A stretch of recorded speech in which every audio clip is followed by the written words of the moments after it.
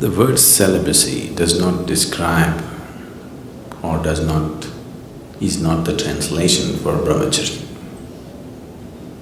Brahmacharya means, Brahman means the ultimate, charya means the path.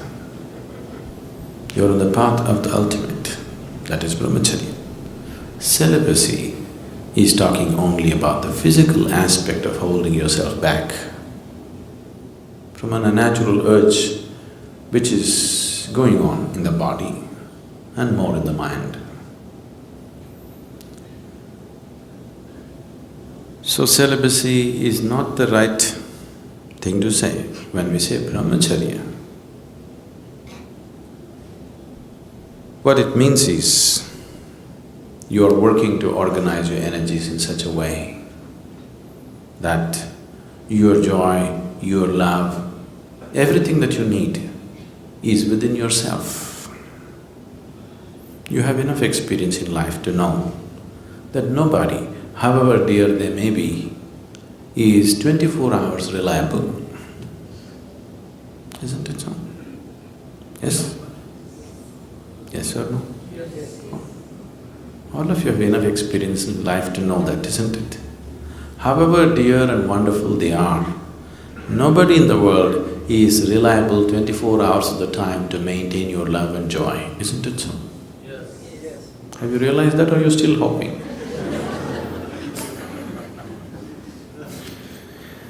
So it's out of this wisdom, because if one wants to really know higher dimensions of life, one thing that is necessary is that within you there is a constant sense of peacefulness and joyfulness. If this is not there, then you will go after something. If you don't feel steadily peaceful and joyful, then you will do compulsive activity of trying to be happy. So, a brahmachari is somebody who is trying to organize his energies in such a way that to be peaceful and joyful is all his own. He is not going to lean on anybody for that. Have all the brahmacharis reached there? That's not the point. They're working towards it. They need support, they need atmosphere to make that happen for themselves. It's not a small task that they have taken up.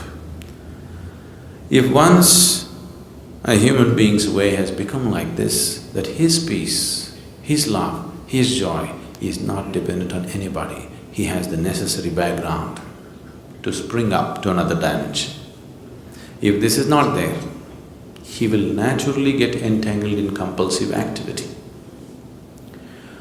So brahmacharya on one level fundamentally means to move from being a compulsive human being to a conscious human being. You may decorate your compulsiveness with all kinds of romance around it, but do you see it's a compulsive behavior? Yes? It is not a conscious behavior. You may have the whole world with you, it doesn't matter, but it is a compulsive behavior.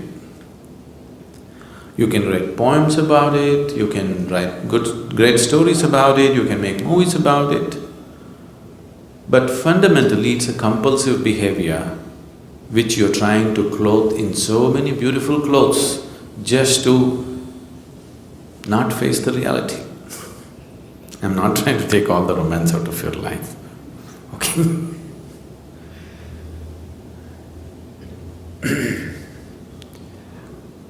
Once someone understands that if I'm involved in compulsive activity, I will never go where I want to go. Isn't it so? Yes? If one is compulsive in his life, there is no question of he having a goal to reach or attaining a certain state or whatever. Compulsiveness means a very deep sense of slavery, isn't it? So one who has realized this naturally seeks to become conscious. So it is from this understanding that we said, if you really wanting to make a journey, you should drop your compulsiveness and bring consciousness to every aspect of your life. So that is brahmacharya. Celibacy is an ugly word because without the necessary understanding nor necessary sadhana nor energy, you just try to hold yourself back, then you will suffer. If your energies were organized in such a way that all the time you're high, really high within yourself, you won't lean on anybody for these things, isn't it? Oh, I'm not like that right now, what to do? As I told you, these things don't come unless you make some effort towards it. One can go through life with the compulsive patterns without much effort. You can allow the life to carry you on. I know right now the new age philosophy is let it flow. I don't know what they're letting flow anyway. See, being a part of life, being involved with the process of life on the surface is one thing, at the core is another thing. Nature is on two different levels. One aspect of nature knows nothing other than self-preservation and procreation. This is the surface of nature. Your own nature if you take the nature of this body, it knows only self-preservation and procreation. It doesn't know anything else. So if you go by your physical nature, naturally this is all that you will do. Survival and procreation. Eating, sleeping, reproducing, dying. That's all that will happen if you go by the ways of the body. But at the same time, there is another nature within you which is longing to expand. If you give it the whole existence, it'll gobble up and still be hungry. Yes? Do you have that or not? If you feed the whole existence to this one, it'll gobble up everything and still be hungry for more. So there is another dimension of nature within you which wants to expand in an unbounded way. Which one do you give into is subject to who you are. If you give into the physical nature, all you will know is just this. If you give in to the inner nature, which wants to become boundless, then the life is different.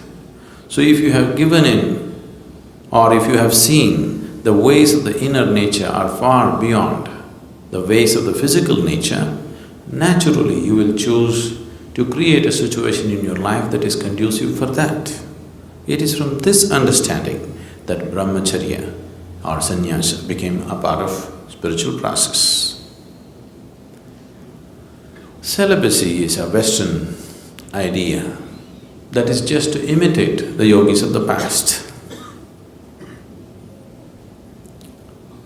All these things have been picked up at random by people. If you are not aware of this, even 6,000 to 8,000 years ago, Indian yogis travelled all over Europe and Arabia. They established many things. Even when the Phoenicians were building things in Arabia, they were setting up their empire. Even then, the Indian architects, the Indian sculptors, the Indian elephants and the Indian yogis went. That's almost 5,000–6,000 years ago. If a team of elephants, laborers, sculptors, architects and yogis have to be there, there must have been a much longer association before that, isn't it? Suddenly one team won't end up there in those days. So wherever they went, they did create some awareness of what is the significance of their way of life. So people picked this up at random without the necessary understanding. That is how celibacy became a part of other cultures. What came from a very deep understanding, just the surface of it they took. That'll happen everywhere. See the yoga, right now yoga means just twisting your body, just the surface.